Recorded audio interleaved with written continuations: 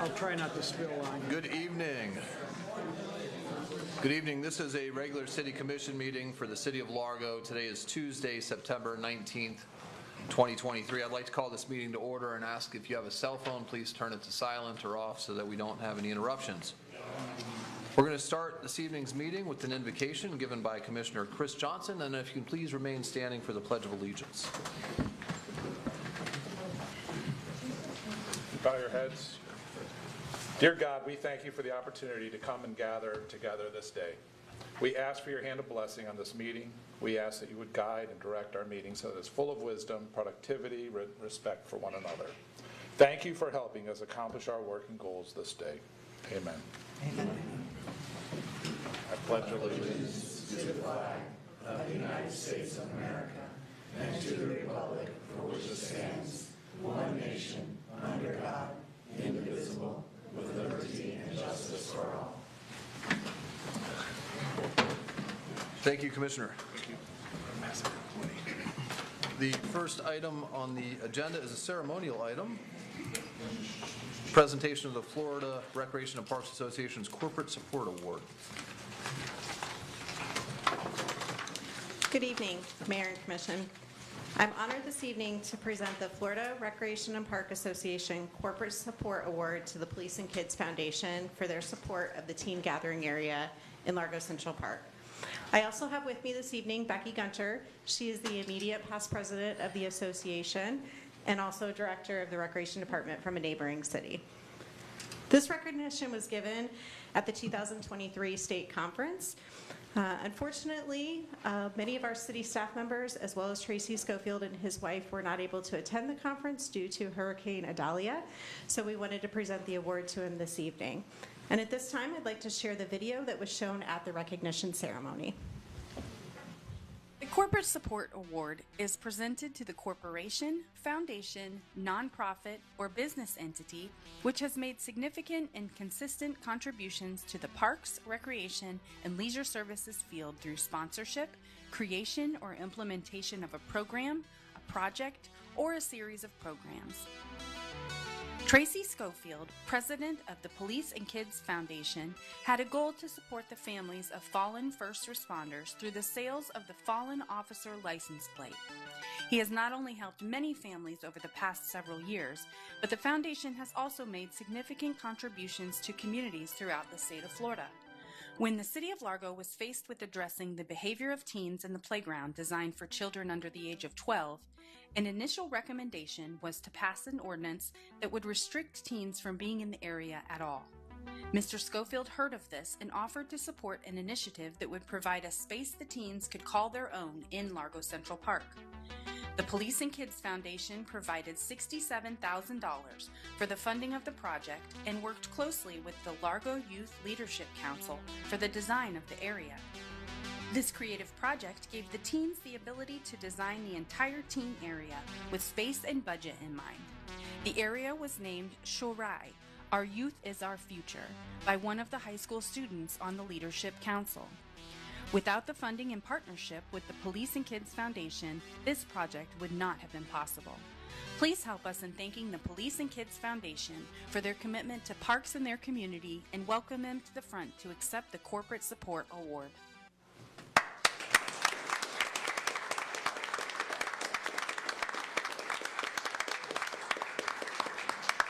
Sir? Thank you. I appreciate it. Can I say one thing real quick? Thank you, Mayor. Good evening, Commissioners. Again, we just wanted to say thank you for allowing us to help you with this. You know, this is not our award only. Obviously, it's the City of Largo, and it's also our teen council. You know, there was a great collaboration of three distinctly different groups working together to get something done that needed to be addressed. And, you know, it was one of a project that sort of speared us to do another project with Pinellas Park that we've been working on with them. We gave them $100,000 to work on a new Children's Agricultural Center in their park system. And, you know, these are just the things that we like to do, and we're blessed to be part of Pinellas County and certainly part of the Largo family. And if you guys ever need us, please feel free to call us. You know where we're at. And thank you again.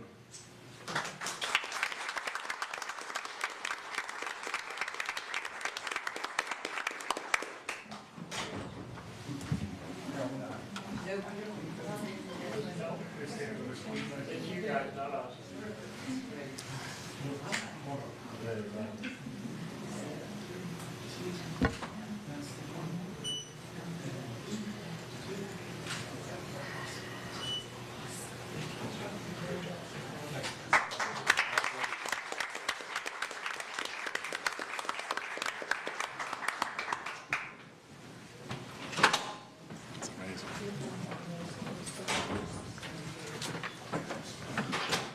Now we'll have a proclamation declaring September 15th through October 15th as Hispanic Heritage Month. Whereas during National Hispanic Heritage Month, the City of Largo recognizes the many contributions of Hispanic, Latino, and Latinx Americans to all facets of life and celebrates the broad diversity of cultures and heritage of this population.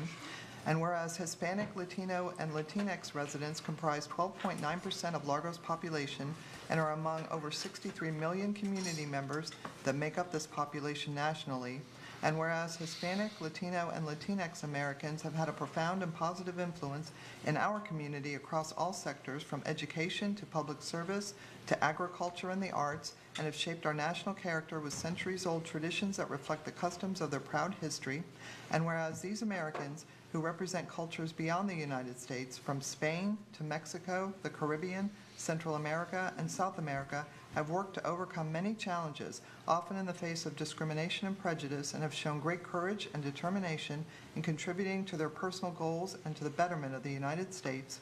Now, therefore, I, Woody Brown, Mayor of the City of Largo, Florida, and on behalf of the City Commission, do hereby proclaim the month of September 15th through October 15th, 2023, as Hispanic Heritage Month in the City of Largo, in conjunction with the celebration of National Hispanic Heritage Month, and in honor of this year's theme, Prosperity, Power, and Progress, recognizing the significant achievements of the Hispanic community in the economic and political industries.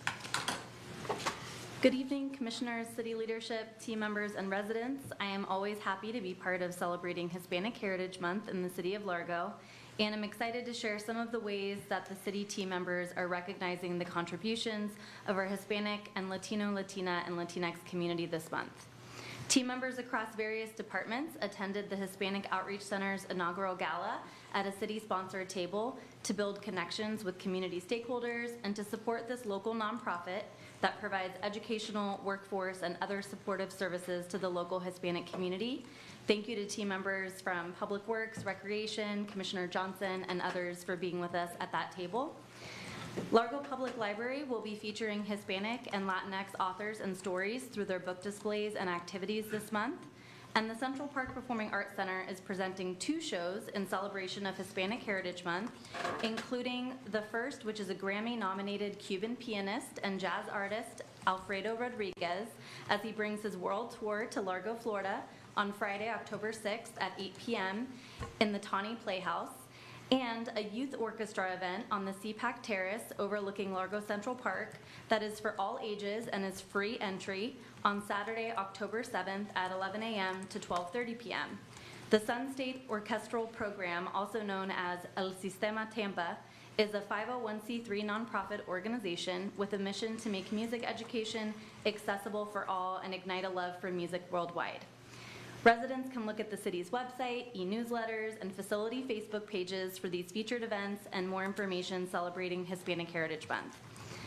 Each year, we also look to recognize a community leader that leads by example as the honoree to receive the proclamation. And this year, we are very proud to highlight a community leader from our very own Largo Public Library's English Language Learner Program. The English Language Learner Program is facilitated with support from Pinellas County school teachers, including Elaine Angelou and Mildred Pioli-Conley, who are in attendance this evening, as well as our Community Services librarian, Catherine Kelly. And I will now turn the mic over to Catherine, who will tell you a bit about this year's honoree, Leticia Brzezowski, and how Leticia has had such a positive impact on the community through the English Language Learner Program and beyond.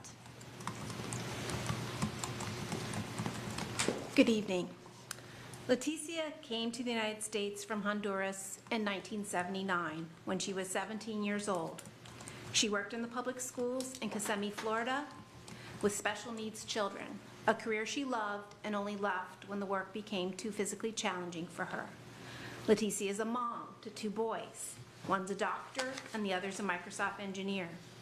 She moved to Pinellas County around 2 years ago and lives with her youngest son and her elderly mother, who's here with us tonight. She is her mom's primary caregiver.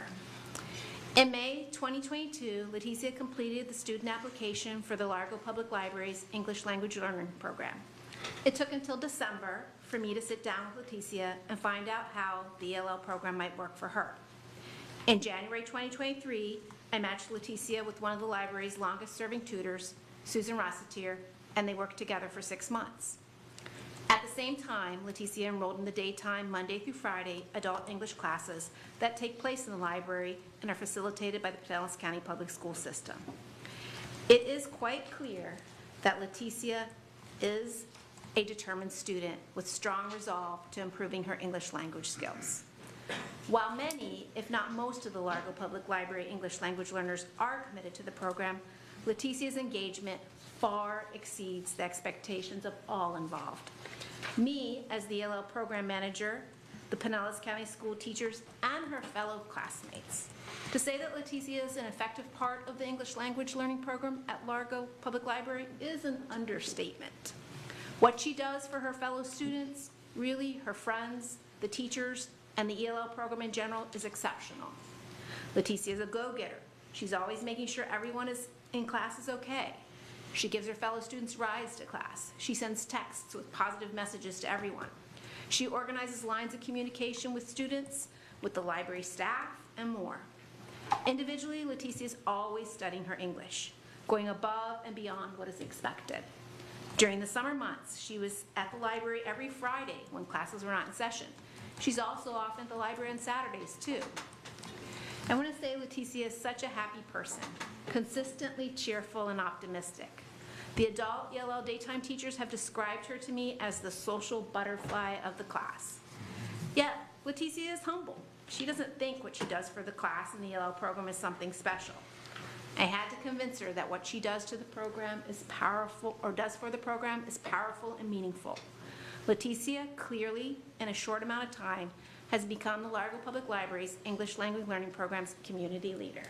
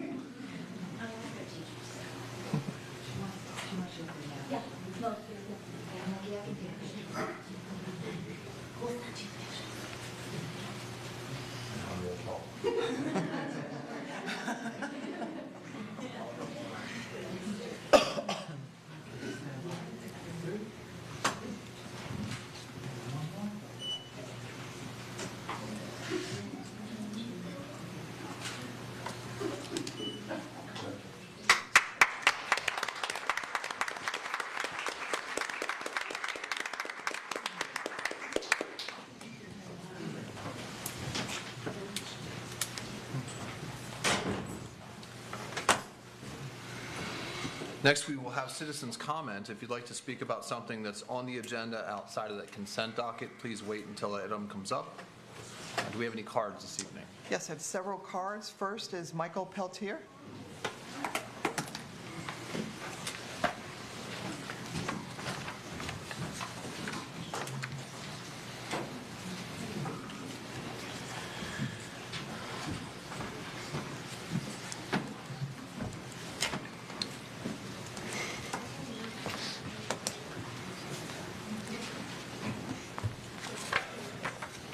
Good evening, Mayor. Good evening, Commissioners, staff, public. My name is Mike Peltier. I live here in Largo. And you have a little package, Commissioners, in front of you that I was hoping to make a show out of, but you've got basically some occurrences on 1178 ordinances where we have violations by today's standard. Several pictures are not hard to get. Just drive around randomly and take the camera and take shots of things. But most of the ones you have there are violations, to the best of my knowledge. And the second part of the package that you have are where citizens have voluntarily, in our town anyway, put their boats and their trailers and such behind a screen in a backyard, behind a 6-foot fence, things of that nature. So the biggest offender kind of a thing on those pictures would be the motor homes and things. But in previous workshop meetings with the commissioners on this subject, Mr. Bergeron's recap statement told the council that we'd have one commercial vehicle and one recreational vehicle would be allowed to be parked in the front setback of the residences. And we wish to align with the neighboring communities. But this proposal that he's putting together is far from an alignment with our neighbors, as many hours of municipal code research have revealed. I've been spending a lot of hours studying the codes at Tarpon Springs, at Pinellas Park, in Pinellas County, in Dunedin, in Bel Air, Clearwater, St. Pete, and Oldsmar, seeing what those people do with this particular setback. And there's a variety of reasons, a variety of things that they do.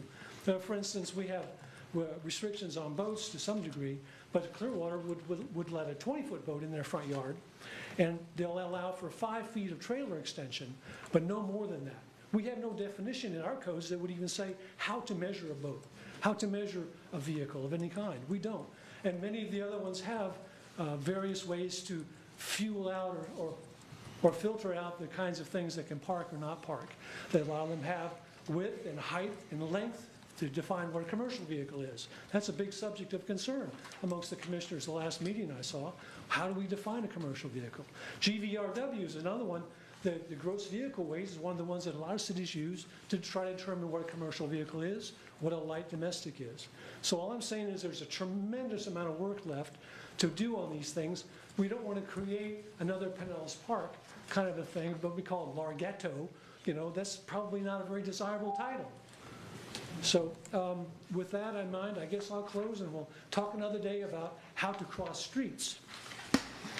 Thank you. Next speaker is Donald Bourgeois.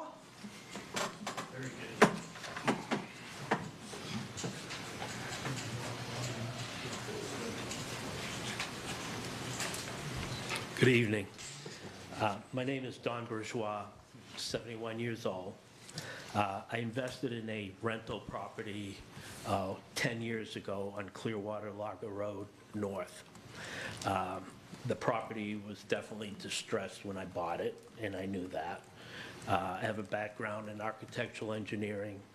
I had a Boston builder's license, I had a Massachusetts renovator's license, cabinet maker, and finished carpenter. My intent was to bring this property back to life. The front house is 1917, which I personally love older homes. I restored 3 of them of my own up north.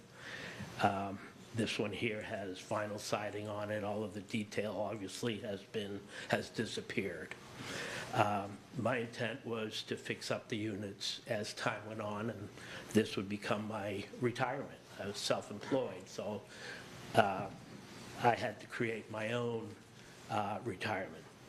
So in the course of this, I applied for a permit to redo a roof, which was given to me.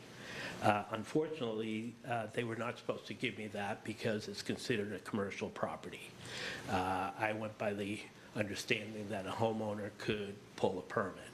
So that was taken back from me. At that point, I had already stripped the back side of the main roof. It was already weathered in rain. At the same time, my 90-year-old mother up north had to go to ICU. So I obviously had to go up there. In the process of being up there, I got a call from code enforcement saying that, my property had problems. And I explained to them, yeah, I know, the roof, I'm totally aware.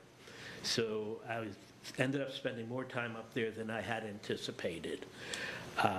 So I was written up, and then I was put in violation.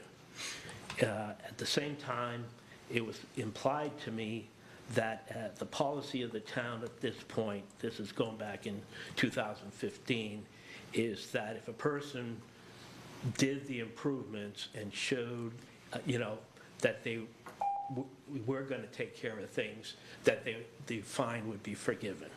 At this point, my property is going up for sale by the town on October 4th.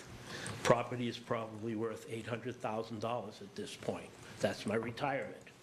And the only people that can stop that is you. And I know that your attorney would suggest otherwise because he's on a 40% commission. Thank you. Thank you. Next speaker is Greg Gardner, and he's representing Samir Malki, Ranjit Dillon, Condris Weisner, Jean Russell, Robert Halgren, Scott Marshall, Cindy Kales, and Mike Montecolo.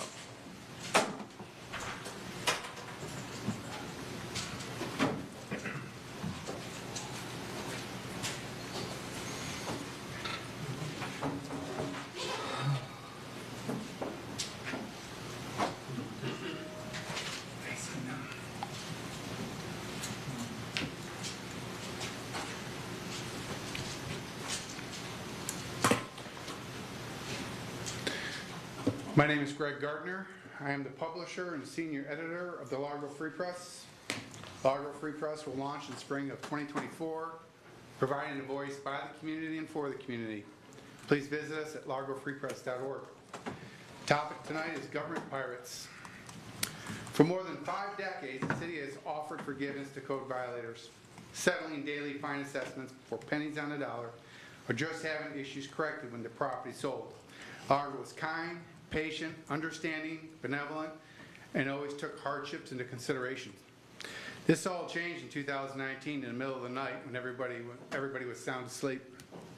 Code enforcement policy went from passive fines to active fines without notifying the citizens. Code enforcement instantly became a giant hidden revenue scheme. None be wiser. The city's clandestine program had a carefully crafted name called Nuisance Abatement Program. The city then created a monster in their own image and gave it a name, Community Standards Director. In a webinar speech to the League of Cities, the city's Community Standards Director proudly announced this new cash cow as, quote, unquote, undocumented money we didn't have at the beginning of the fiscal year. The city quietly hired attorney Matt Widener to execute code enforcement litigation on unsuspecting community property owners. 75% of Widener's prey were on the elderly. You can learn more about attorney Widener's code for profit enterprise by Googling foreclosure franchise by Miami Herald. The city's community development team carefully combed through the records to find properties with code violations from long ago, and select only properties with sizable equity value to warrant city profitability. Regardless if the code violations were cured, the city now deemed the daily fine assessment amount from long ago was now suddenly owed and due. The code violations were secondary issues and didn't even matter if they were factual, warranted, or resolved. What mattered was how much money could the city extract in the community they love, serve with honor. The city used a non-public settlement algorithm to settle 65% of the 53 property foreclosures on code fines. Settlements were all over the map between $1,000 and $130,000. Every single element within the code fine for profit structure was both arbitrary and capricious. Let us now examine 53 foreclosures, 15 auctioned, 37 paid the ransom fee, 5 are still open. Okay, Mr. Shamir Melky, please stand. He owns a Chevron station on Clearwater Largo Road. Okay, what was his crime? Unregistered donation bin, closed business. Fine amount, $42,000. Settlement, $45,000. Wasn't enough. It wasn't enough for the city. And they get more money. Okay? He re-blacktop the surface. He got fined for covering up the handicap signs. $5 more grand. City wanted his big, tall metal sign down. So he took it down without a permit. Fined him. $5 more grand. Oh, $5,500 on that one. He paid $10,000 attorney's fees. Thank you, Shamir. Is Alpha Foods here? Tim didn't show up. We'll go through him another day. Don Bourgeois is a property, just a good example, okay? Property maintenance issue going back to 2015. All of a sudden, there's property value and there's a cash cow in this property. So the city decides, let's foreclose on his property and make bank, okay? You fined him $650,000. He's complied with every code infraction and went over and above. But the city and the city attorney continue to lie, okay? Foreclosure is October 4th. I can tell you one thing, City Manager Maggie, this will not go well with the public. You're looking at New Mexico 2.0. I think it's Alamogordo or something like that. 2.0. Okay, it's serious. Rob Holgren. Okay. Had deadbeat tenant. COVID hit. Couldn't evict. Property maintenance issues. Outcomes. Well, Cindy Stoner. Anyways, they decided to go all the way back to 2015. Old code fines, and he owes $168K. All right. I worked with Rob diligently on his property, but the building department kept moving the goalpost around, okay? So you can't meet compliance. And he lost in court, and it sold at auction for $65,000. Thank you, guys. Nice. Brenda Kaiser's not here. Let's go. This one's a good one. Rob Holgren. Second house. Unregistered vehicle. Unregistered vehicle. So the city agrees to sell for $1,300 with a signed affidavit. Sure. So we go down, give the city $1,300 check. Can't take it. You know, even though the contract's between Widener and the city manager, which was your predecessor, not you. Okay, even though I'm pointing at you, it's sorry. Okay, a lot of heat on you. $1,300. So nope. His attorney takes it down to Matt Widener's office. Nope, can't take this. No good. Sorry. It's got Greg Gardner's name on it. Oh, we can't have that. Ooh, holy tomato. So Widener goes in, lies to the court, and tells the court that Rob owes $960,000. Okay. Long story short, he settles at $10,000, from $13,000 to $10,000. Okay. City and city attorney lie. Jeannie Roselle, where are you? Conrad, her husband, 91 years old. Okay, good people. They own a property. Same thing, deadbeat tenants, eviction moratorium because of COVID, can't do anything. But what's interesting about Jeannie and Conrad is they did everything that code enforcement wanted, beginning to end, and went over and above. Building department signed off. One of the things that upsets me the most about Jeannie is how Cindy Stoner used her badge, pretending to be a police officer, barging into homes under what's called coerced compliance. You know, putting on a show. That's where the sheriffs came in. I had enough of that crap. Okay, we talked about that the last time. It's just horrible. Anyways, she does everything. Everything. Okay. Not good enough. The city foreclosed on her property. The attorney, your attorney, lied in court and said that was a health hazard to the public, and it's not. It's in good shape. She did everything. Okay? Here's the interesting part about this is the city decided to buy her property at the auction. So why would the city do this? Double down, more profit. It's a profit enterprise. I think, Mr. Zimmett, you rubber stamped Matt Widener's operation. No, I do not work at Mr. Widener's firm. No, a lot of emails between you guys. Doesn't look good, looks bad, but this is not how we treat our city. Now think about this. You're foreclosing on mostly elderly people. That's not good, Jamie. Donna, this is not good. You can't do this. Code fines is not a mechanism for profit. I'll call my time a little bit early. Thank you very much. Thank you. Next speaker is Jim Davis.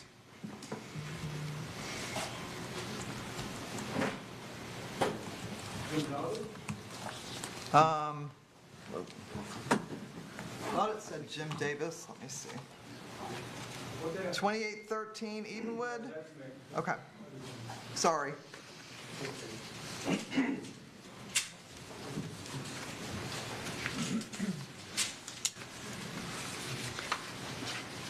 Good evening, Mayor, Commissioner, and staff.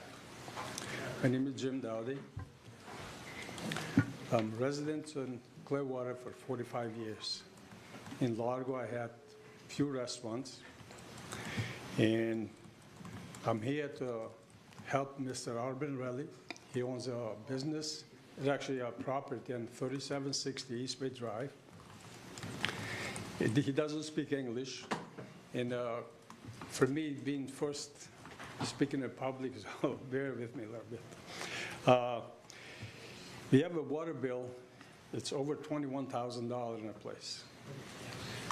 And it's been closed for how long? 10, 12 years? There hasn't been not even a drop of water in the property. So, and we have a few other problems with the building. Auburn had a lot of problems, back family problems, parents. And when COVID hit, some countries were restricted for flying overseas. He lives in Albania, and he's planning to invest more in U.S. Now we got contractors, we got all the permits, we're ready to move, but we have no water. And we got demolition done too. Yeah, demolition is done. We do for inspection when? Tomorrow. Tomorrow, yeah. So we are complying, but with the personal problem is there, so we would like to, this bill to forgiven, and so we can go on, because that costs a lot of money. Back like 3 years ago, it was taken from a contractor for $50,000, never pulled a permit, and disappeared. He lied, and because he doesn't speak English, he trusts him. So he's going through a lot with that property. So And we have a serious company, Tom Whiting, probably you guys know, he does a lot of jobs over here in Pinellas County, on St. Pete. And we want to move forward, to fix the property and the problems. And he didn't know nothing about this bill when he show up, so he come back from Albania. He find out this, to open the water. So we need the water on the building. We have no water there, so we can start working and fix the property. I'm going to let you talk. I'll answer in just a second. Actually, that's all we have to say. Okay, Just, So certainly it's possible that Largo is a portion of your water bill. Pinellas County provides the water. There may be a sewer part that our finance department can take a look at. If there's a leak or something like that that's been since fixed, we can often figure that out in our finance Yeah, department. the property was closed for 10 years. Nothing, it's been, not trashed, no nothing, it's been. So if you have a copy of any of the bills, if you could provide it to the clerk, we can certainly Yes, have our we folks do. take a look at it. yes. Yeah. Okay. But So- some of it, if it's water bill, most likely it's the large chunk of it's going to be Pinellas County. But we can get you in touch with folks there as well. Yes, please. Appreciate it. Thank you. Thank you. So give him the copies. You want to say something? Can I translate for him? I have a card for Arben Relly. Arben is with us. Okay. Yeah, it's with us. Move away. Oh. We in Albania too? Do you I need came a from copy of this Albania. back? Do you need a copy of this back, or can I give this? The reason? Când ce studentă? My children, they study over here at the SPC school. Që të mësonin paralelisht me biznesin, edhe me jetën këtu, domethënë. So they can do the life and the business, I have them to transfer over here in the U.S. from Albania. And I bought the property at East Bay. Edhe një shtëpi në And I bought a house in Seminole. që fëmijët e mi të bushin So my kids, they can grow up over here. Ton сочни са си по бизнеси, активитети, че ищен да школ пред пункт. So they were in the school and to see, to have the business and everything over here. До ви прав какви комисион са и лой бизнеси, и пронатин. I'm going to come back to this commission because that business. Макандол патесите етас на конче он до тарголошан баз блерискти. And yeah, his daughter, he died like last year when he was born, and he was trying to fix the problem in the meantime, and he got that problem in the hospital, and that was a problem over here. She died over here in the U.S. Kalova COVID in. And I passed the COVID in Albania. They couldn't come over here. Че nuk e di se si u riktheva. Do të thonë jetë. Atë tash. And I passed the COVID too. I was very sick with COVID, and I don't know how I came back alive. Dhe mundësia për të ardhur stop, do të thonë nga i veni, do të thonë nga Albania. I couldn't come over here because everything shut down on the COVID season. Në kohën që vi marr vesh nga historitë. The time I came back from Albania, I find out what's going on with my properties. Just that property has a problem. Kam 2 vjet që përpiqem që thus projekte gjona që ta bëja. 2 years dealing with city to get a permit, and we finally got him the permit. Unë jam arkitekt në profesion. He's an architect in Albania. Dhe duhet ta bëja më bukur se sa I was trying to make it more beautiful, but the city doesn't let me to do what I want to do there. Tani që kam dalë permitet. I have the permit now, so I'm going to make it like, fix the property. I'm going to make it beautiful. And I have more fines over there going on because of the stop work order. The contractor he hired, he never did the work. He opened the place without permit. He didn't know he was in Albania, and he paid the contractor. And right now he got fines going up and up. So we have the permit. We want to know if we can stop those fines. Ju premtoj që do ta bëj që të jetë unik. And I promise to you guys, I'm going to make it beautiful, that place. I'm going to waste a lot of money. Thank you. Thank you. guys. Well, certainly take a look at it. Thank you. Okay, thank you. If you need a permit or anything, copies? If you could. Yeah, we have copies, that would be great. Yes, and we have a permit closed for the parking lot. We did everything. It's been done, finalized. Thank you. Thank you. And I have, the last card is for Christian Lesh. Oh, okay. Okay, thank you.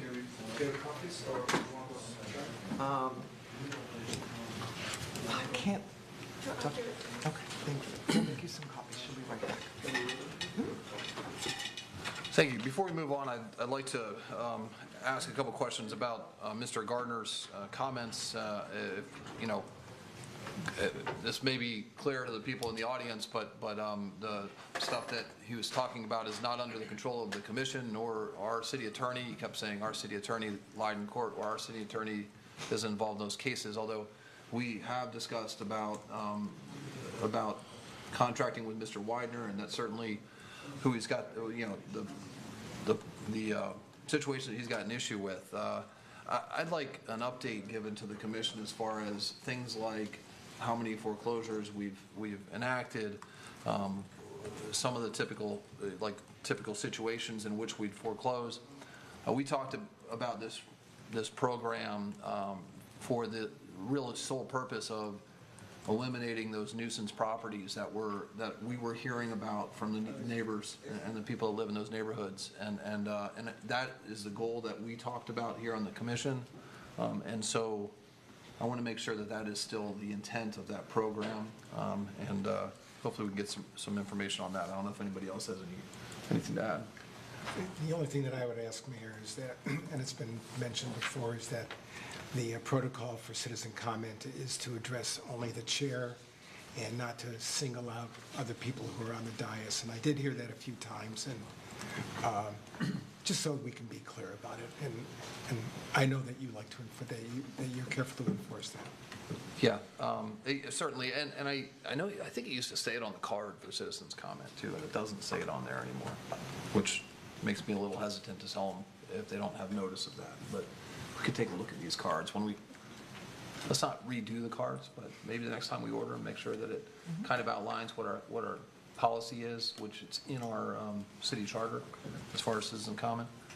I personally would also like to know about if we bought a purchased a property at an auction, that we caused to happen. I'd like to know that at least. Sure, and in what context? Yeah, right. And also what happens to the proceeds from a foreclosure sale? But let me just at least explain the foreclosure process. So a typical foreclosure, you'll get a judgment for a certain amount, whatever our lien is, plus usually the attorney's fees. For purposes of this, let's just say it's $10,000. The property is then, the owner gets the opportunity to pay that amount before the property is sold. If they don't, then the property goes to foreclosure sale. The clerk does the sale. The party that forecloses typically bids the amount of their judgment, $10,000. That way, if there is anybody else that wants to buy the property, they pay more. The holder of the judgment gets their $10,000 and somebody else owns the property. If nobody bids, you end up with the property not actually having paid any money. So I don't know if that's the situation of what occurred in the example that was given, but that may be what actually transpired. That makes sense. And so it may not be a totally correct description of what transpired. I think we need to talk to Mr. Widener and find out which property that might be. But I would like an explanation from Mr. Widener before we accept that description. Okay. Yeah, but Woody, there's also another thing. I've been on the code board for at least 3 of the last 5 years and then maybe 4 of the last 6 years. And what I heard tonight, I have never heard that come across at a code board meeting, never. And I've seen these people on this code board, they have been criticized by their own members for bending over to try to avoid these situations. And that's why I'm sitting there, almost my mouth is open, because I've been sitting there on the board. I haven't heard any of cases like this, especially some man at $900,000 house is going to get foreclosed. I don't recall a case coming before the board where they said they were going to foreclose on the property, unless that goes elsewhere. But I don't think the code board has got anything to do with that. I'm sure Alan can say this better, or I don't know what Alan's going to say, but I think a lot of the descriptions that Mr. Gardner was just giving were not code related. They were building code, they were talking about roofing issues in a parking lot that was paved over and a bunch of other things that I don't think would necessarily come to the code board. Maybe they do, maybe they don't, I don't know, but anyhow. Well, all of the cases that go to Mr. Widener for foreclosure have either gone to the code board or the special magistrate. They then first hear the case and determine if there's a violation and impose a fine. And the fine is a per day fine, whatever amount they impose. When it goes to, so then it goes to Mr. Widener, the city, you've given the city manager the authority to send cases to Mr. Widener. He then can file a foreclosure for that lien that was imposed by either the code enforcement board or the special magistrate. So every one of those cases went through one of those avenues.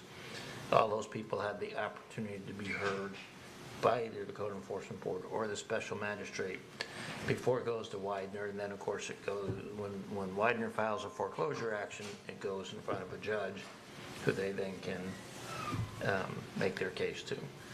So that's quickly the process. Thank you. I'd like, as I stated before, I'd like to see some more information about our process and some examples and certainly, if it doesn't go to the code board, what that process looks like for the magistrate. Because I know the code board, if a property is in compliance, they're usually pretty lenient because that's been our stated goal, both to the code board and up here with the whole foreclosure program. This foreclosure program started when banks owned properties that they were just letting go, and the neighbors were really, really upset, and it was a mechanism in which to bring those properties into compliance in the end. So thank you, and we'll move on to approval of... Mayor, before we move on, would it be possible, would it make sense to perhaps see if we can get some sort of report on the specific cases that were mentioned tonight, just to see, to be able to compare apples to apples. Sure. Is that possible? I think it would be advantageous to get a quarterly report from Mr. Widener and his group for a little while, and maybe, moving forward, so that we are familiar with the cases that are being seen. Agreed, but just so we have the data and the facts about what was said tonight, Right. because I'm pretty sure that not all of that was factual. I would bet a lot of money on that. So I just want to make sure that, to Commissioner Gerard's point, we see The information on those cases specifically as well. Absolutely. Thank you. Next is approval of tonight's agenda. Move approval. Second. All in favor, say aye. Aye. Any opposed? Motion passes 7-0. Next, we'll consider the minutes from the regular meeting of September 5th, 2023. Move approval. Second. All in favor, say aye. Aye. Any opposed? Motion passes 7-0. Could I hear the consent docket, please? Item 5, authorization to renew school resource officer agreement with the Pinellas County School Board for Largo High School and Largo Middle School for the 2023 through 2026 school years. Item 6, approval of the third amendment to the Community Development Block Grant COVID-19 General Public Services Subrecipient Agreement for Personal Enrichment through Mental Health Services Incorporated to allocate additional funding in the amount of $25,000. Item 7, approval of the second amendment to the Community Development Block Grant COVID-19 General Public Services Subrecipient Agreement for Society of St. Vincent de Paul South Pinellas Incorporated to allocate additional funding of $30,000 and extend the contract period from September 30th, 2023 until January 31st, 2024. Item 8, approval of a compensation adjustment for acting city manager Palick for the position of assistant city manager in the amount of 5% to be effective in the current pay period. Item 9, authorization to purchase endpoint management software from Insight Public Sector as part of contract 432-30000-NASPC-16-ACS in the estimated amount of $77,800. Item 10, authorization to purchase managed print services from Total Prints Dex Imaging in accordance with contract 440000-NASPO-19-ACS in the estimated amount of $176,000.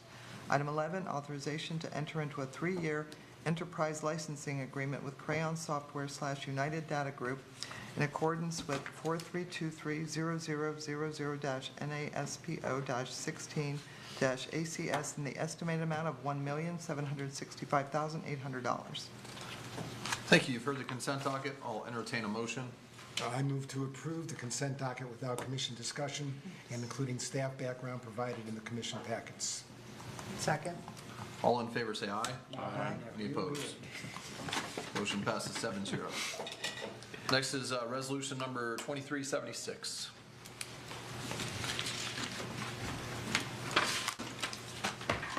Good evening, Mayor and Commissioners. Staff is requesting approval of resolution number 2376 for the 2023 Affordable Housing Surplus Land Inventory List. Next slide. State statutes require the city to evaluate all properties in its ownership every 3 years to determine suitability for affordable housing and adopt an affordable housing surplus inventory list at a public hearing. In July 2023, as part of the Live Local Act, the statutes were amended to specify local governments must also include their dependent special districts in that evaluation. The statutory change also required that reevaluation to be complete in a new list adopted by October 1st, 2023. So for the city, this meant involving the properties that are under the city's community redevelopment agency in this review. Next slide. And you can actually go to the next one. Sorry about that. Okay, so the state does not dictate how the city defines properties that are suitable for affordable housing, and the criteria that we used was reviewed and recommended by the city's Affordable Housing Advisory Committee. Those criteria include, the first one is land use, so whether or not the land use designation allows residential uses, and the second, is it considered surplus? Is it something that the city's currently using, for example, as a rec facility, public works facility, and that type of thing? The second category was resiliency, so any properties that were in the coastal high hazard area, 100-year flood zone, or had other environmentally sensitive components were also not considered suitable for affordable housing. And the third item was looking at environmental or social justice components. This would be, for example, if a property was located right next to a really heavy industrial use that may not be suitable health-wise for affordable housing to go next to it. So for our review process, we had members from the engineering services, planning, housing, and economic development divisions and departments perform that evaluation on all city and CRA-owned properties. Next slide. So the conclusion, there was 132 total parcels that we evaluated. There are none that met all of that criteria at this point. That there are some, as you can see on this summary here, that may be suitable in the future but are used for other uses right now, or they don't have land uses, for example, that allow residential uses on them. The few that are probably nearest to meeting all the criteria, there was 14 parcels, which consisted of 2 sites. They are currently under use for other purposes or are not available for sale at this time for other reasons, and could be considered in the future, but at this immediate moment, they are not considered surplus. We cannot remove that condition at this time. So the current list, it does not include any on the surplus land inventory list for this year. This will be posted on our website during the 3-year period. If there are other properties that do meet all the criteria during that time, those properties we would also list on the city's website, depending on how the city chooses to utilize or dispose of that property. I'd be happy to answer any questions you have. Resolution number 2376, a resolution of the City of Largo, Florida, approving an inventory list of all real property within its jurisdiction to which the city and its dependent special district hold fee simple title and that is appropriate as affordable housing as required by Section 166.0451 Florida statutes as amended and providing an effective date. Thank you. Do we have any cards on this? We have no cards. Commissioner Johnson, I'm confident you're going to, or Commissioner Robinson, I'm sorry, I'm confident you're going to ask my question. Go ahead. Maybe. Errol, can you go back to that last slide, please? The 2 sites, where are they? I think I know where they're at, but. Okay, so one is the former community center site behind the new city hall site. It's not ready yet. It's being used as staging area for the foreseeable future, so it doesn't meet that surplus category. The other one is down off 4th Avenue Southwest, and it is in foreclosure process at this point, so it's not quite through that process to release it for surplus inventory at this time. So in the next 3 years, assuming that those properties are available, then we will obviously put them on that list and start using those. We actually don't have to amend the list to it, but we would still go through a process to determine there's some different components we can do. We can either sell the property and use all or a portion of those proceeds toward affordable housing. You could put a restriction on it when you sell the property that a certain amount is used for affordable housing, or donate the land for that purpose as well. But you don't have to wait till that next 3-year period to do that. We would make that determination with city administration in consultation with commission, and then use a process to go through for that disposition in accordance with our city charter, depending on the land size as well. And then the 19 parcels that are not suitable but may be eligible to transfer development rights, if feasible, it says more research is needed there. What's that look like? Yeah, so some of those we're still evaluating. We have some repetitive flood loss properties in the city that have residential land use. We're trying to determine, are those in perpetuity left vacant? And if so, they have residential density allowed on them. Can we move that to a safer spot? We also have some properties we found that are dry retainage areas, for example. So they're submerged land we can't transfer rights off of, but we did find a whole drainage basin that's dry most of the time that does have a residential land use to it. So those are areas where it's not suitable to build on it, but we may through further evaluation be able to see if we can use that density to help if there's an affordable housing project that needs just a few more units to make the numbers work, for example. Sure, understood. All right, perfect. Thank you very much. Thank you. Commissioner Gerard's lawn didn't make the list. It's not owned by the city. It might get foreclosed on. I move to Not yet, approve. it's not. I move to approve resolution number 2376. Second. All in favor, say aye. Aye. Any opposed? Motion passes 7-0. Thank you. Thank you. Next is ordinance number 2023-24 through 38. Ms. Newton.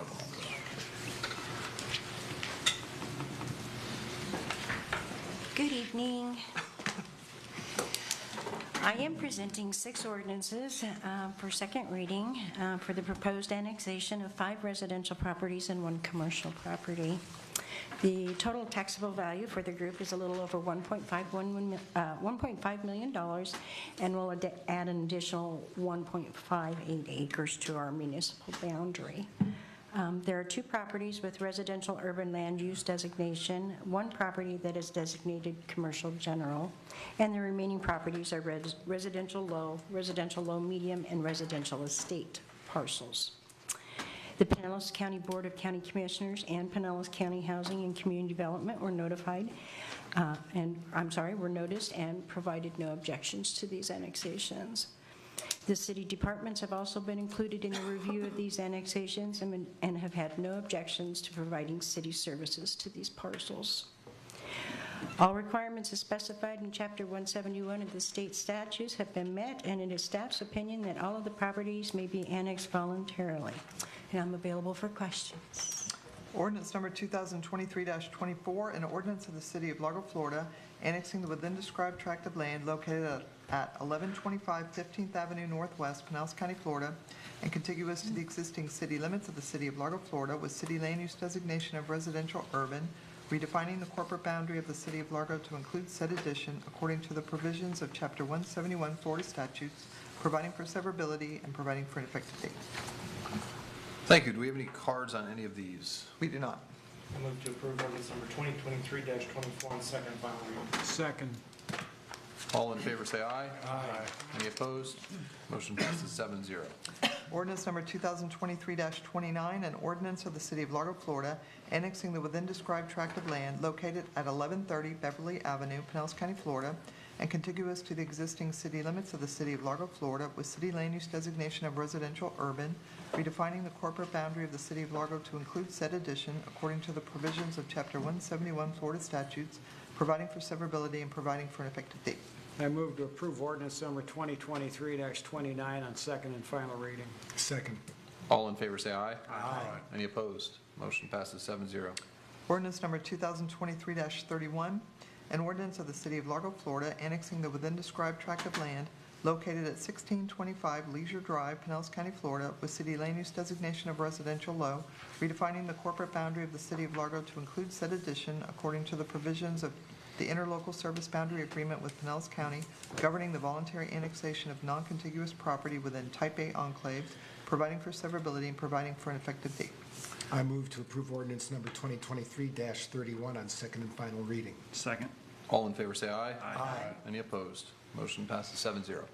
Ordinance number 2023-33, an ordinance of the City of Largo, Florida, annexing the within described tract of land located at 2089 Palm Way, Pinellas County, Florida, and contiguous to the existing city limits of the City of Largo, Florida, with city land use designation of residential low-medium, redefining the corporate boundary of the City of Largo to include said addition according to the provisions of Chapter 171 Florida statutes, providing for severability and providing for an effective date.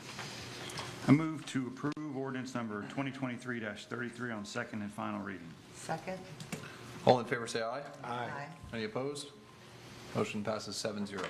Ordinance number 2023-35, an ordinance of the City of Largo, Florida, annexing the within described tract of land located at 2087 Longbow Lane, Pinellas County, Florida, with city land use designation of residential estate, redefining the corporate boundary of the City of Largo to include said addition according to the provisions of the interlocal service boundary agreement with Pinellas County, governing the voluntary annexation of non-contiguous property within Type A enclaves, providing for severability and providing for an effective date.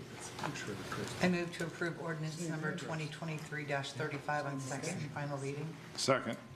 All in favor, say aye. Aye. Any opposed? Motion passes 7-0.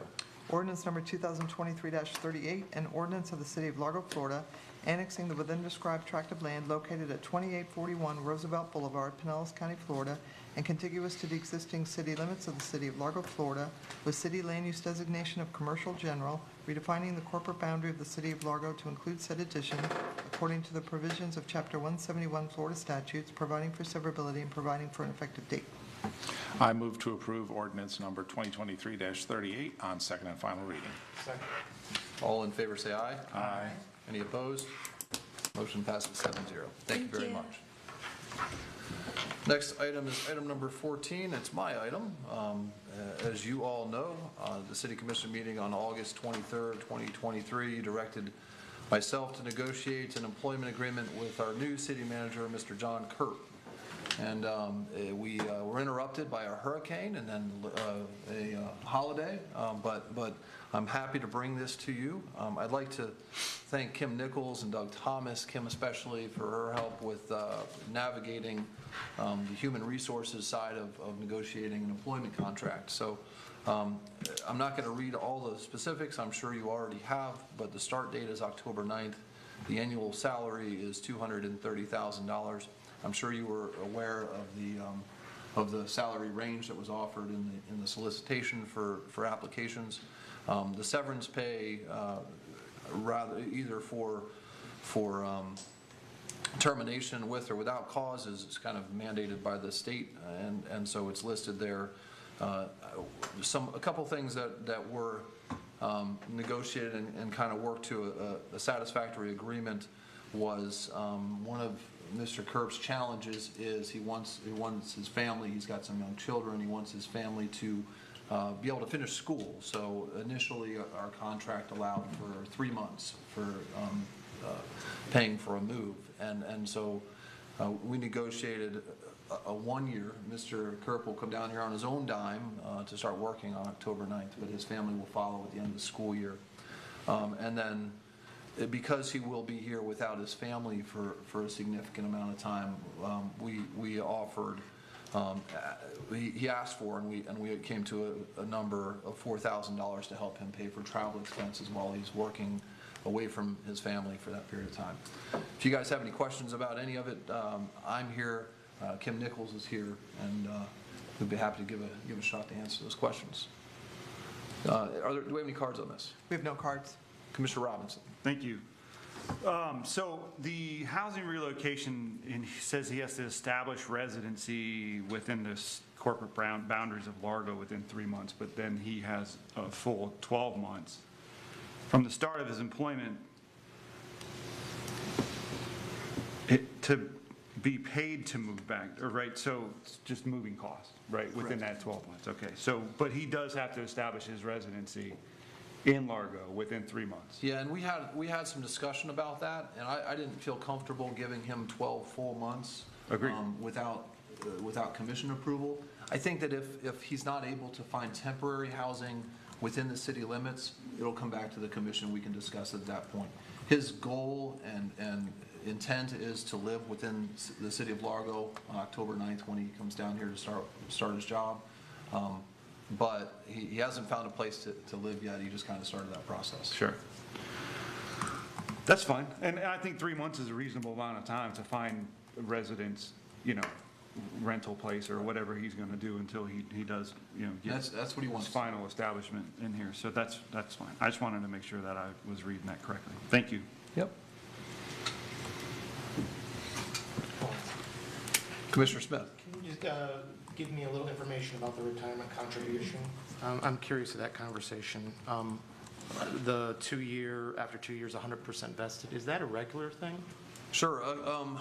And Ms. Nichols can probably add to this, but we had a long conversation about that.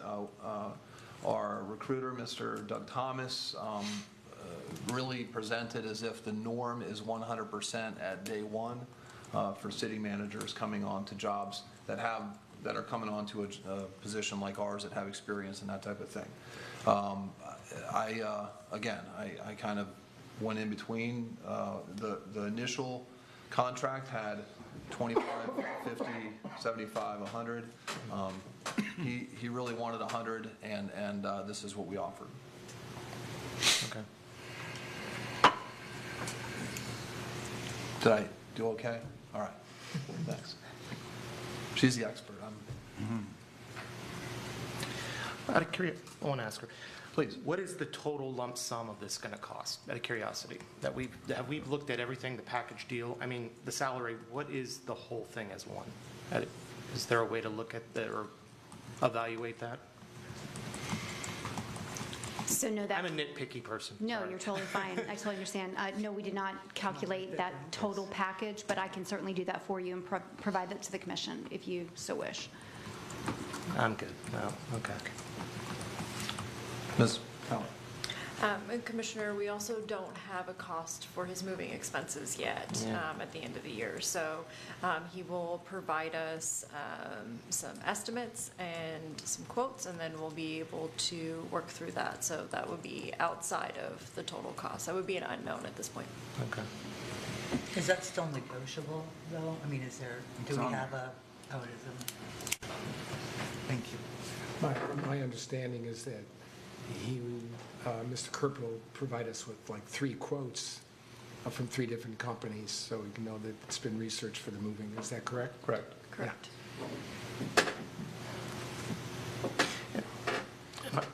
I'm correct. When Henry left, he was making like salary of like $234, I think it was, or something like that. Henry's salary was $208. $208. Okay. We did pay his moving expense. All right. Thank you. Can I just go back to Commissioner Gerard's question? It doesn't say he has to get 3 quotes. It just says he has to secure quotes from moving companies to determine a reasonable lump sum amount. Okay, that's great. But I was under the impression that it would be like 3 quotes. I think that would be normal. Yeah. But I just wanted to be clear that the agreement doesn't say he has to get 3.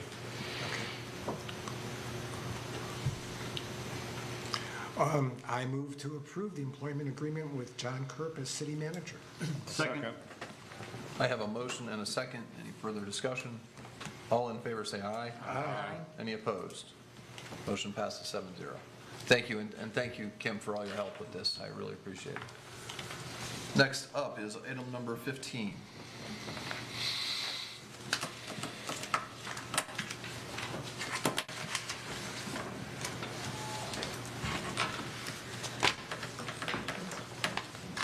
Good evening, Commissioners, Mayor, and City Manager, or Acting City Manager.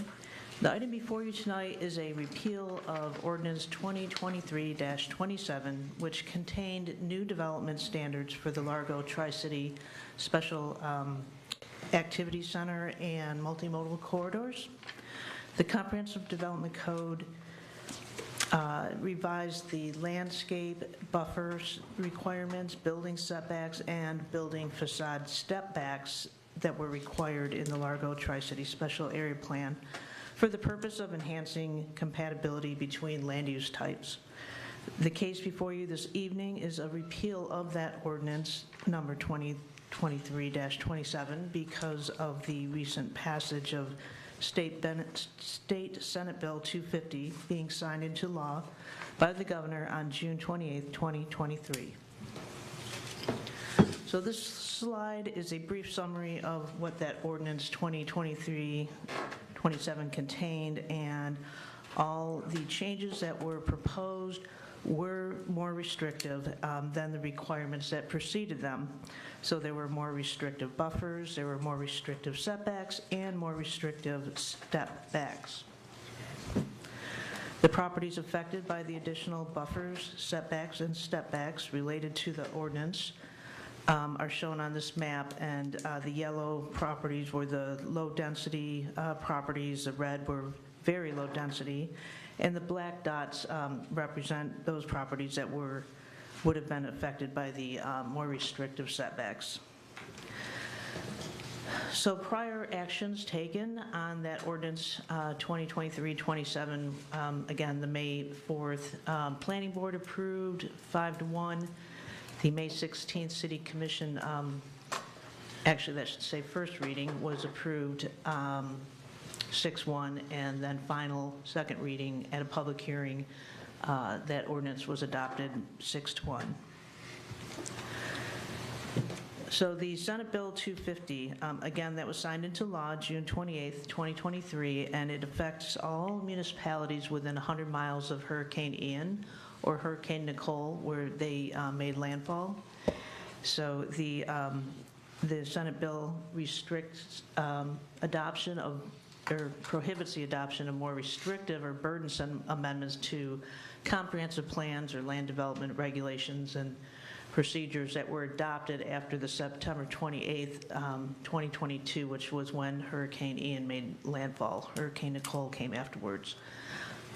And then here's a map showing how the city of Largo is within that 100-mile radius of the Hurricane Ian. So next steps for this ordinance before you tonight, which is 2023-52, it did go to the planning board and was approved at that meeting, and tonight's the first reading. Second reading will be a public hearing on October 17th. And if the commission does provide, the commission may provide direction by to the staff to bring the item back for an amendment potentially after October 1st, 2024, when the Senate bill sunsets. So, and that concludes the presentation. Staff are available for any questions. Ordinance number 2023-52, an ordinance of the City of Largo, Florida, repealing ordinance number 2023-27, which amended the City of Largo Comprehensive Development Code by revising development standards and landscape buffer types by use and location for the Largo Tri-City Activity Center and Largo Tri-City Multimodal Corridor Overlay, providing for severability and providing for an effective date. Thank you. Do we have any cards? We have no cards. Any questions from the commission? Commissioner Smith, I believe. Yeah, I was the original no on this because I thought this was exactly what was going to happen. Out of curiosity, since that had a lot of spark from individuals from that area, are they aware that this has come before us again, as this is what it is now? We did send a courtesy email to the attorneys that were involved with one of the cases that was being contested as part of that, which prompted us to look at the revisions to the Tri-City area, and as well as the neighborhood association president. And we are, staff are planning to send out another courtesy email to all the individuals who attended the community input meeting that we held, and we'll be sending that before the final public hearing for the second reading. And no comments from them. When did you send it out of curiosity? The original was right after the Senate bill did pass, so we notified them at that point. And again, we'll be sending a more extensive courtesy notice to all the individuals who attended that community input meeting. All right, thank you. Thank you. Commissioner Johnson. Are we required to repeal this ordinance? So we're not, I guess you could say we're not required to, but here's the problem. It'll be in the books. And if you don't repeal it, it's going to be confusing because until it can't be effective, it can't be enforced, and people are going to see it in the book, in the CDC, and think it's enforceable. Even come October 1, 2024, the way the bill reads, you would have to re-adopt it. So even if we left it on the books, come October 1, 2024, we still couldn't enforce it because you would have to re-adopt it at that point in time, the way the bill's written. So our recommendation, my recommendation is to take it, is to repeal it because it can never be enforced. And otherwise, it's just going to be confusing to staff and to members of the public who read it in the code book and think it's enforceable. And we can't delay the implementation of it to the October 4th date. That's not the way Senate Bill 250 is written, you have to redo it anyway. You have to redo it in October, after October 1, 2024. Thank you. Thank you, Commissioner Gerard. Thank you, Diane. Can I see the map again, please? Sure.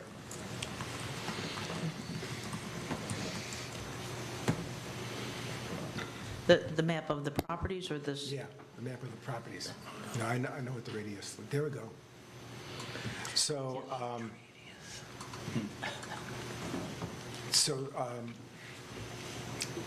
do the property owners who are affected by the additional setbacks, or all the property owners within the Tri-City overlay, have they been notified of this, that, more restrictive codes are being repealed? Well, the way our comprehensive development code amendment process works, we aren't required to notice properties like within 500 feet like we are if we're doing, say, a future land use map amendment. Right.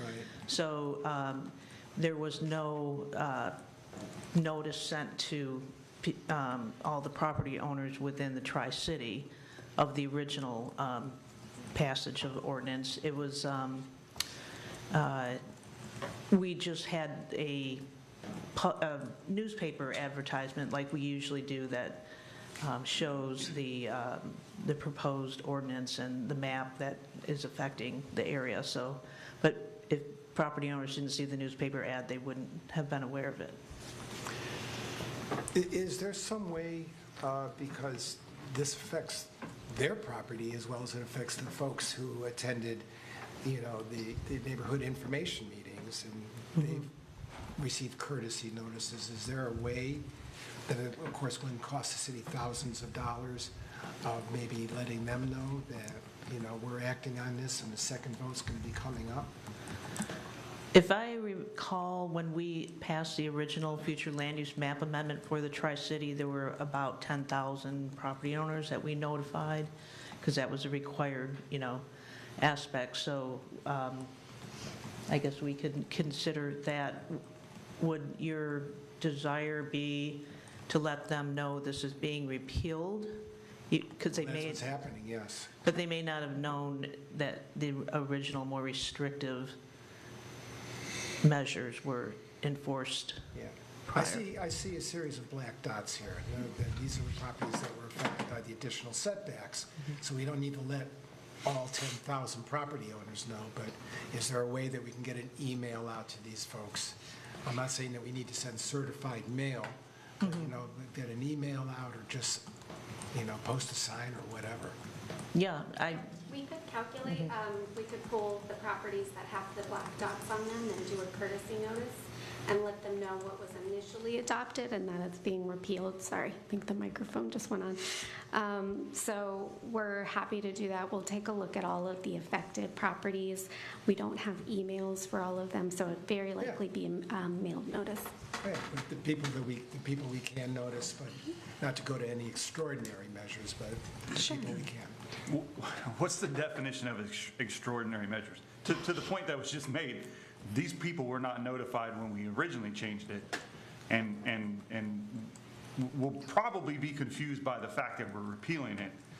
So, I mean, obviously there's going to be a cost to this because we don't have email addresses for, I would venture to say, the vast majority of these people. So there's going to be a cost. There's going to be a significant amount of staff time and effort put into this, into something that I believe is more than likely going to confuse every single one of those property owners. Well, go ahead, but sorry, Okay. we're not going back and forth. We got people That's a press good buttons. point. No, that's an excellent point.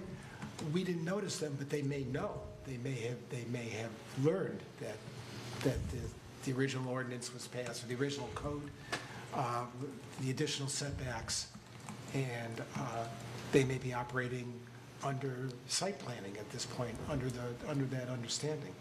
But if it's a problem, if it's going to take a lot of time, I'm not saying it must happen. I'm just saying Sure.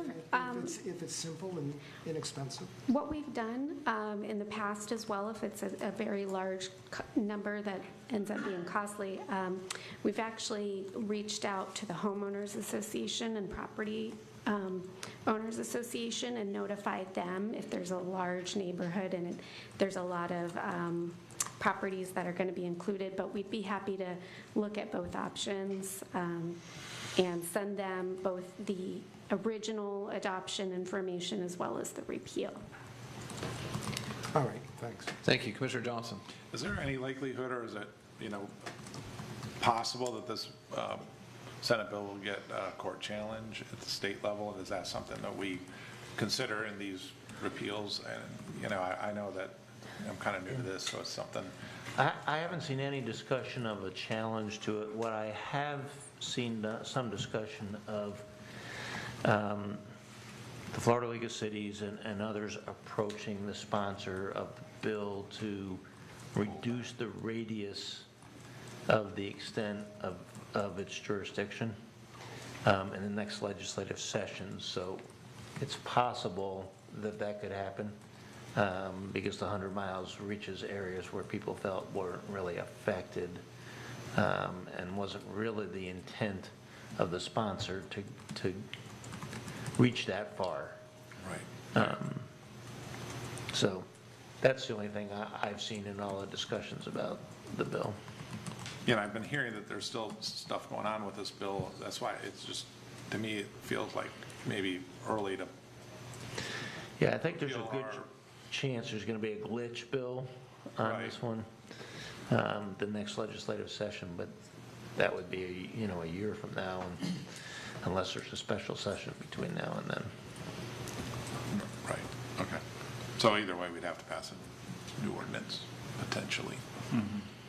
Do we know of any current developments that are happening or where people are bringing in building plans and that type of stuff based on what they perceived as this being in place in any of these blacked out properties? Not at this time. We did have one property that was moving forward, and that kind of stalled out in terms of progress with the city. Okay. So at that point, if somebody comes in with building plans that maybe they looked at this requirement and our staff would say, well, understand that this requirement's no longer needed because we repealed that, and it'll probably be that way at least until October of '24, and then the commission may revisit that to see if that's going to be good for the adjacent lower density neighbors. I tend to agree with Commissioner Robinson on the need for contacting every single person, because we would contact them and say, remember that thing we did? We're not going to do that now, but we're probably going to do it again in October 24. It's. So get your site plans in early. Right, Yep. right. We can certainly do the mailings to all of those properties. And I will say we'll work with economic development for annexed properties that are coming in, just so they're informed that this may change after the fact. We'll make sure we have that conversation as well. Yeah, I think more important than reaching out to every one of these property owners is that our frontline staff here is aware that this is no longer in effect. And so when somebody comes in and says, hey, I want to build something here, you can work off the current regulations. And as long as and I'm confident that you guys are clear on that, and our frontline staff is clear on that. But that's, I think, more important than reaching out to somebody that has no plans of development in the next 5 years or whatever. Well, I withdraw my request. Okay. All right. Sorry, I got confused. You can. Mission accomplished. Wipe the slate. Any other questions?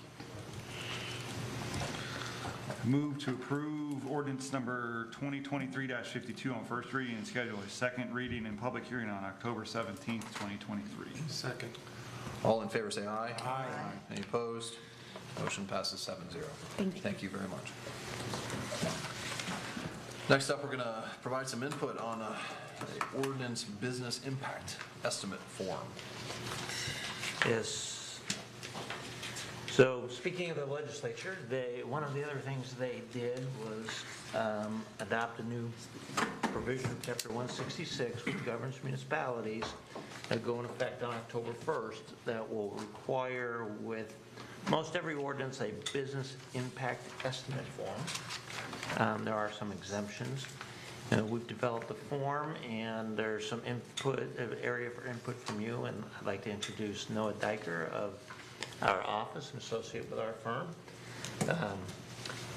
Not necessarily here to answer the questions about it, but handles a lot of code enforcement and community standards matters with for the city, as well as other matters for the city. And Noah spearheaded all of those legislative memos that you received copies of, many of them, to summarize the changes that were made by the legislature during this last legislative session. Noah's going to do a short presentation to try to get your input as to the finalization of the impact statement form that you'll be seeing with every ordinance. Even the exempt ordinances, you'll be seeing the form to indicate that why that ordinance is exempt, and that'll be included with the ordinances on the agenda. That, Noah? Good evening, Mayor, Commissioners. As Alan said, I'm going to briefly go over a bill that was recently signed into law by the governor that is going to impact how the city presents its ordinances to the commission. The bill amended the section of the Florida statutes that governs the procedure that municipalities are required to follow when enacting ordinances. Specifically, it added a requirement that certain ordinances be supported by something called a business impact estimate, and this requirement goes into effect at the beginning of next month.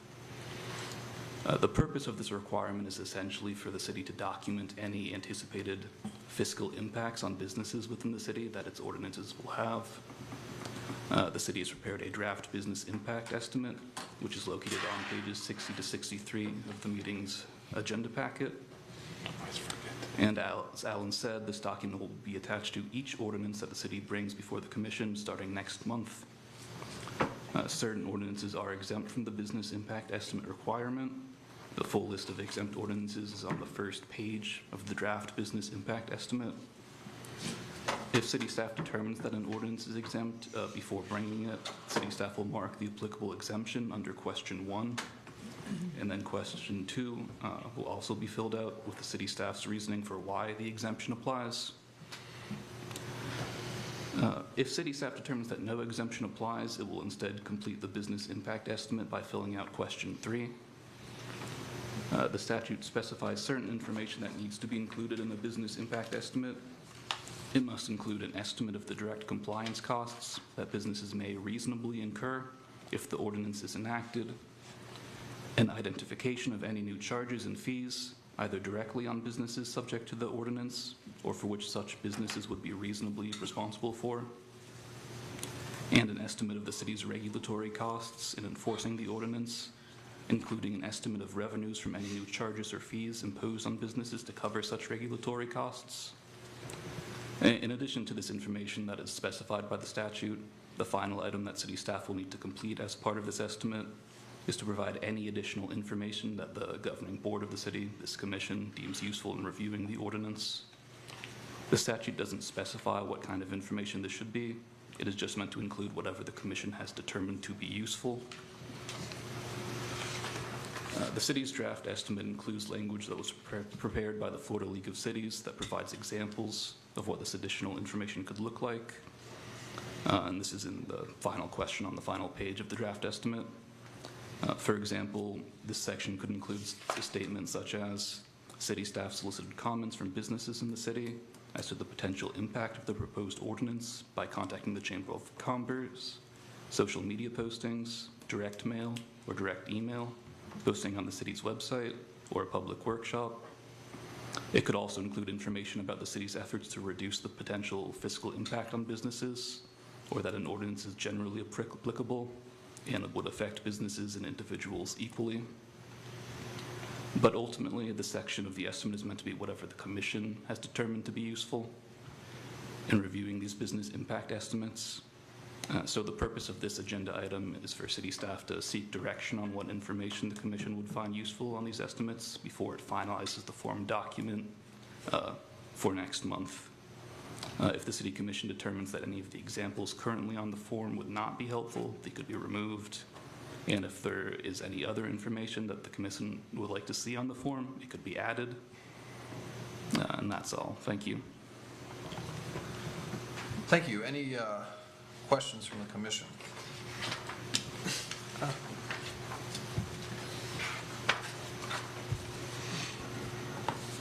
Where does this form go?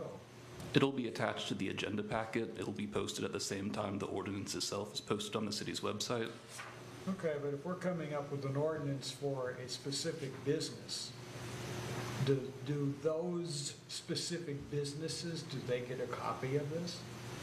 That would be a question for city staff. It would be posted on the agenda packet with can't imagine we come up with an ordinance that would be specific to just one business. No, I said business. I mean, like gas stations, for example. We have many gas stations in town, so if we come up with one for a gas station, which would affect other gas stations, would they all get a copy of it? There's not a requirement that notice be sent in that manner. It just required to be posted along with the notice posted on the city's website. That's something the city could do. Okay, but is this strictly record keeping for city files? It's for the public record primarily. Public records that some bureaucrat in Tallahassee came up, I mean, this thing has got a few merits to it. I said few. But this was something that some bureaucrats up in Tallahassee put together that is just more work for staff. And it's going to come before us, and we're going to read through the notes that staff has prepared, predicated upon some applicant, or predicated upon some ordinance that we want to pass that would affect X businesses. Yeah, that's correct. Thank you. True statement. Commissioner Johnson. I'm just curious, have we done any internal estimates on what this is going to take in labor to comply with this? And what is the penalties for, we're going to be doing our best to get estimates, right? But some of that's going to have a little swag factor in it, right? How are we going to, what's the penalty for missing the estimate or getting it wrong?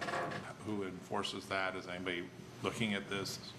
So the statute itself does not specify a penalty, but I would assume it could be a basis for challenging the validity of the ordinance because it's part of the statute that governs the procedure that has to be followed for an ordinance to be properly enacted. Okay. Thank you. Commissioner Robbins. Yeah, thank you. So I think kind of adding on to Commissioner Johnson's, there was some ambiguous language, I believe, in the statute, correct? As far as what the, I can't remember exactly what it was, but it was fairly ambiguous to say that if a business believes that this was arbitrary. Yeah, thank you, arbitrary, or they could sue if, our ordinance was not up to snuff, and that this was, is that this same ordinance that related to this statement, I guess? So this version of the ordinance, I think, has been in the works, or this version of the bill was in the works for a couple years. I think you might be referring to a previous attempt at passing a similar bill. Okay. This doesn't have any arbitrary language like that. I do think it is still pretty vague, and the business likely would have standing to challenge it based on that. Okay. Okay. So most of the questions that are answered, I assume that this form as it is, I mean, whatever the rendition comes out, be filled out by staff, the city staff that are presenting the ordinance to the commission. That is correct, yes. And so most of these questions are kind of asked anyways by us if it's going to be affecting a business, and we've been arguing that with Tallahassee. Let us do our job.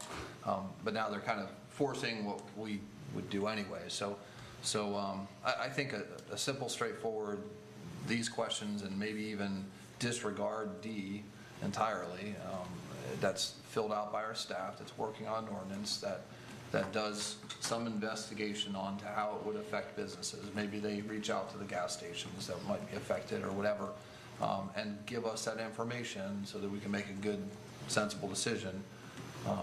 Is good. I think this form, as long as we think it satisfies the requirement of the state statute now. This is information that we're getting anyways. If we're passing an ordinance that we think is going to affect businesses, or we hear from businesses and they tell us how it's going to affect them, we investigate that. And staff helps us figure out the real answers to that. And so they're kind of, I guess somewhere in the state they're not doing that. So I don't think this is going to be that onerous to our staff, as long as it's kind of straightforward. You look like you want to say something. No. Good. All right. No, the point of the discussion was if there's additional, if we have to do the form, we want to make it worthwhile to you. I mean, it's being done for two reasons: to help you and to give notice to the public. So if there's additional information that would be helpful to you, then we're happy to provide it. If you find that the other information that's already included in the form is satisfactory and meets your needs, We're glad to take D out and move forward with that. So I would just add that, you know, if the information that we get on a agenda memo doesn't satisfy our needs, we're going to ask those questions. And obviously, this doesn't prevent you from asking any questions you may have before or after or at the meeting. Right. Thank you. Commissioner Gerard. Yeah, really quick, and I'm trying to, I can't recall, but if we were to pass an ordinance that amends the Comprehensive Development Code, and that's going to affect developers, I'm not sure if that, I can't recall if that's exempted. It would be a fact-by-fact analysis. The applicable exemption would be, it's near the bottom on the business impact estimate, but Part 2 of Chapter 163, Florida statutes relating to growth policy, counting and municipal planning, and land development regulation, including zoning and development orders. So we would not have to do a business impact statement. City staff would make that determination, and if that's what they determine, they would mark the box next to that one on question 1, and then they would explain why in the box for question 2. Well, I'm willing to go out there on a limb and say that if you're amending the CDC or the comprehensive plan, it's exempt. Okay. If staff asks me, I'm going to tell them it's exempt under the first description there. And as far as D, you could have some boilerplate we just drop in there, right? Because it could probably just be doing the same thing over and over, right? I mean, some of these are going to probably be pretty simple and straightforward for staff to prepare. On most ordinances, it's probably going to be pretty simple and straightforward that require these. You know, there's probably, if I think back, you know, think of the ordinance that was regulating the sale of certain pets. That might be a little bit more in depth and require a little bit more effort on staff's part than a typical ordinance. But we don't have an ordinance like that very frequently. Right. Thank you. Commissioner Robbins. I was just going to say, I agree with the mayor that I think D is probably useless for us. I mean, I think to your point, Mayor, you know, we do ask quite a bit of questions, especially if there's something that we, you know, this body feels that's kind of contentious or you know, new. So I think a lot of these things the staff is already doing. I mean, I think staff does a pretty good job right now, or current has been doing, and I would assume would continue to do a good job of soliciting comments from the business that this thing, an ordinance might impact. You know, we do a good job of posting on the city website. All of the things that are suggested here, I think we're already doing and would probably come up in a normal conversation about an ordinance anyhow. So in order to not be more onerous on our city staff, I think what is proposed here outside of D is sufficient for me. Thank you. Thank you. Commissioner Johnson. As far as D goes, I'd say many times this year I've heard staff say, you know, we talk to these types of businesses about this to see the impact. I'd like to know the number of, you know, I wouldn't mind hearing, I don't even know what's appropriate, but I would love to see, like, all right, we talked to these 13 businesses in Largo, and again, we don't need to know what each one of them said, but that's who we've surveyed, and you know, just some, like, if we're going to use that as a basis for, you know, our discussion, then we ought to know kind of how many people we talked to and who they were, if we can. Like, again, we've talked about construction a couple times, and we talked about fire protection a couple times, and I know I wasn't talked to on those, so I'd sometimes like to know, all right, who was talked to about that, and so I'd like to, if we're using that as part of our discussion, I'd like to know, like, hey, who did we talk to? Thank you.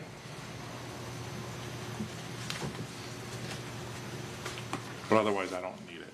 So. Yeah, so maybe just D could have, how do you get these answers? Yeah, something as straightforward as that. Yeah. And hopefully it doesn't say we just guessed. I'm sure it doesn't. But. No, but we can say, you know, that we listed, we posted on the city website asking for comment and all that, and that's boilerplate stuff. That could be the same thing over and over again. It's not going to be onerous on the state. How is this determined?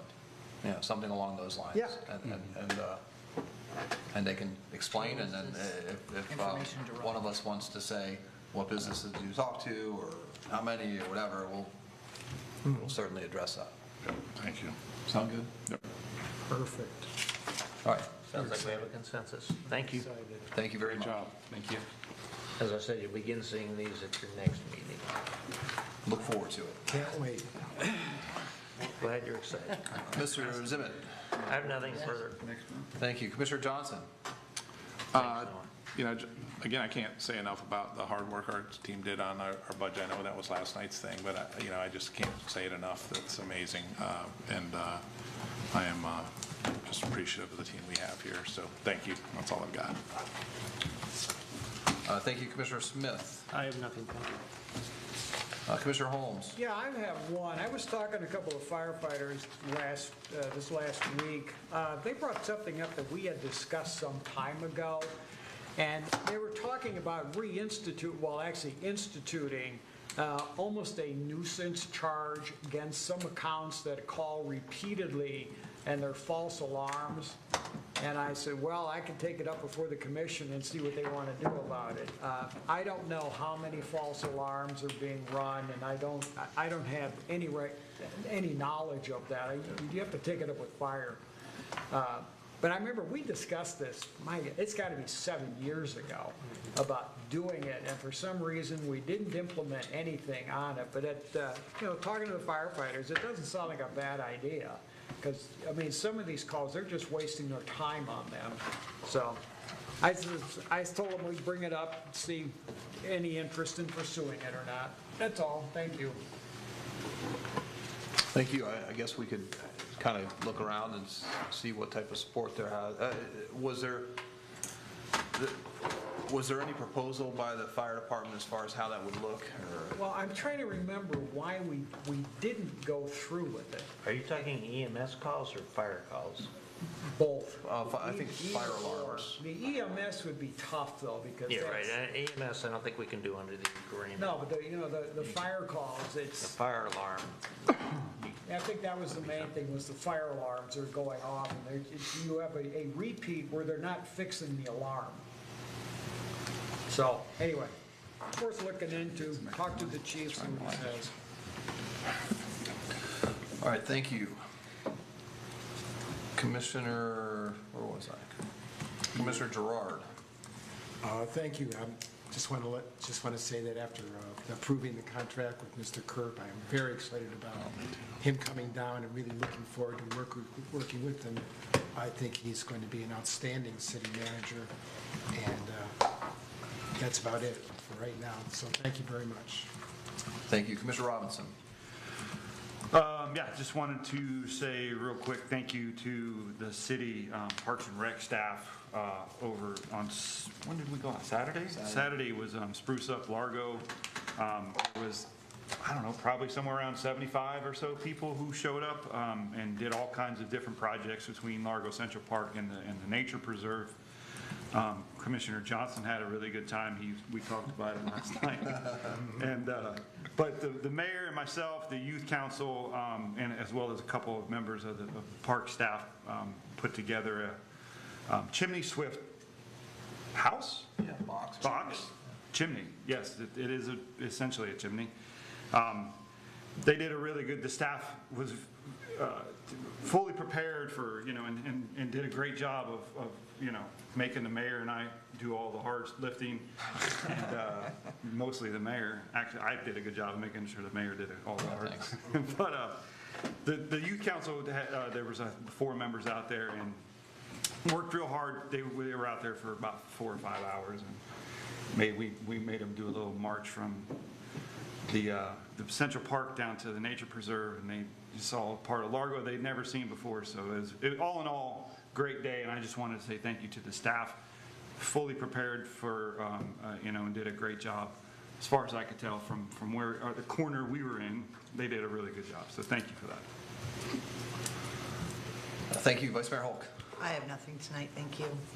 Thank you. I was going to mention the same things about Spruce Up Largo. It was a great event. I got a lot of great feedback from people that were there helping out, except for Commissioner Johnson. About his role. I was cutting guy. I was the cutting guy. But so it was a great event. It was really cool and fun to do. I wanted to thank you all. I'm excited that the city manager contract has been approved, and my job is done here on that. It's been a little bit of a stressful few weeks going back and forth and crafting something. And I know that John is very excited to be here. He's off to Berlin to run a marathon this weekend, but he's excited to be here and hit the ground running. I'm really pleased, and I think that he'll be a great addition to our team here. Last thing I wanted to ask about was Mr. Peltier's come a few times, and I look through here, and I'm a little bit curious why some of these things aren't being enforced, because currently, the first half of these pictures look like there's some violations. I saw there's a commercial truck on my road that I know that we've told them a couple times they can't park the commercial truck on the grass between the sidewalk and the roadway in a residential neighborhood, and they don't seem to be getting the point. So I guess my question is, why aren't we enforcing these things? So I don't expect an answer necessarily now, but I think that if we have codes on the book, we should be enforcing them. I don't think that's an outlandish, what's the word? Outlandish. It's not that type of a position. So that's all I had. But thank you, Ms. Pally. I just wanted to thank the commission for your dedication and all the time that you put into the recruitment of our new leader, Mr. Kerp. I can tell you the entire team is very enthusiastic, and we're very excited for him to join. Really looking forward to the next couple of weeks. And I also want to thank the commission for your support during these last 3 months during this transition period. And we have good things on the horizon. So thank you again. On the horizon. Well said. On the horizon. Well said. Any action items? Yes. Request from Mayor Brown for the number and information on the foreclosures that have been enacted by the city. A request by Mayor Brown that the speaker cards indicate the rules for addressing the city commission. A request from Commissioner Johnson for information regarding whether the city has purchased the property that was mentioned by one of the speakers. A request by Commissioner Gerard for a report on the specific cases mentioned by Mr. Gardner, and a request by Commissioner Holmes that staff look into instituting a nuisance charge for false fire alarms. And I feel like I missed one from Commissioner Gerard. Did you have another one? It was, yeah, but it was withdrawn. Okay. Very good. Meeting is adjourned. Thank you all.